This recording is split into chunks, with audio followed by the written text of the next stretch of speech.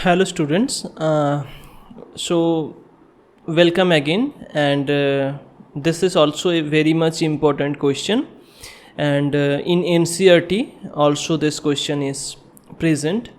So we have to find out the amount of flux passing through this phase, which is placed as shown in figure. Okay, so Q is the amount of charge, and let us consider that 10 centimeter is the side of this square shaped object or plane, and this is placed at a height 5 centimeter from the center of this surface. Okay, so basically if we complete the whole portion, means whole cube, because we have to calculate the amount of flux passing, so then concept of Gauss theorem is going to be applicable.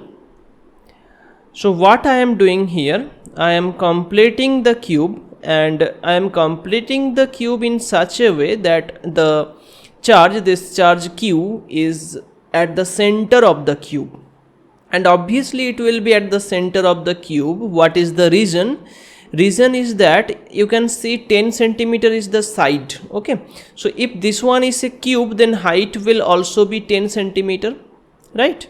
And half height will be 5 centimeter. So since this charge is at 5 centimeter away or at 5 centimeter height from the center of the cube, so it must lie at the center of the cube, right? So this is why this Q charge is now totally at the center of this cube, and this is why through a single cube, how many flux, how much amount of flux is passing, that is Q by epsilon naught according to Gauss theorem, because Q is enclosed within this closed surface. Now one total cube means total how many faces? That means 6 faces, right? Total 6 faces, Q by epsilon naught amount of flux is passing. So through one phase, how much flux will pass? That is Q by 6 epsilon naught. Okay, through one phase. So out of 6 phases, only one phase, this is the amount of flux, and obviously it was the question asked by the examiner or asked here. So through the lower surface, Q by 6 epsilon naught amount of flux will pass. This is the correct answer.